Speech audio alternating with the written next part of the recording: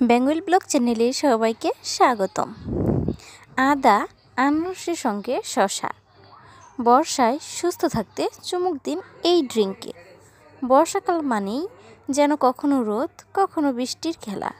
এই ধরুন, পরিষ্কার আকাশ দেখে বাড়ি থেকে বের হলেন, রাস্তার মাঝে গিয়ে দেখবেন ঝমঝম করে বৃষ্টি। বৃষ্টিতে ভিজলেই জ্বর, সর্দি, কাশি। এই সময় একটি বিশেষ পানীয়ে চুমুক দিলেই শরীর সুস্থ থাকবে, তরতাজা থাকবে এবং হজমের সমস্যাও মিটবে।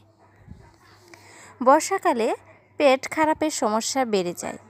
আরও ভালো করে বললে পেটজনিত নানা সমস্যা দেখা দেয়। এর হাত থেকে মুক্তি পেতে গেলে মানতে হবে ছোট্ট একটি উপায়। রোজ সকালে চুমুক দিন শসা, আনারস ও আদার এক ড্রিঙ্কসে। এই তিনের মিশ্রণে তৈরি হওয়া পানীয় বর্ষাকালে যেন অমৃতের সমান। শসার মধ্যে রয়েছে প্রচুর পানি। গরমকালের থেকে বর্ষাকালে পানি তেষ্টা কম পায় বলে অনেকটাই কম খাওয়া হয়, যার ফলে হতে পারে ডিহাইড্রেশন। কোনো পানীয়তে আনারস যোগ করার অর্থ হলো তার স্বাদ টক মিষ্টি হবে।